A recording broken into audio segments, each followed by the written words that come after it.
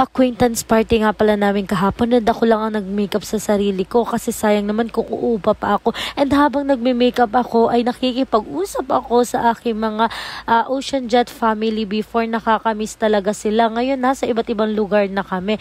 And after nyan, outfit check. Ganyan lang kasi streetwear lang tayo girl. Diba? Pak, okay na yan. And pumunta na kami sa school para mag-register and pak, ganito lang kami ni ate. Kami lang 3 p.m. yung call time pero 4 p.m. ay pumunta na kami and then nilagay ko lang yung number and kami yung mga una nga pala dito para may maganda naman kaming upuan. And dumating na rin yung mga iba't iba naming kaklase and dumadating na rin yung iba't ibang course. And welcome to MNX College Philippines! And itong friend namin, kakadating lang may dala na agad acquaintance party to be.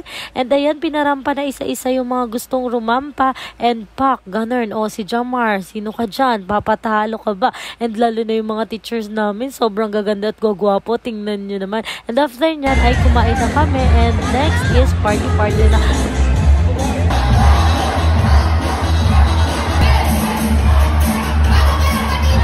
Grabe, first time ko umattend pero sobrang saya pala ng acquaintance party and sobrang solid ng family ko at ng mga teachers namin. Thank you nga pala sa mga officers sa school na talaga namang effort dito sa aming acquaintance.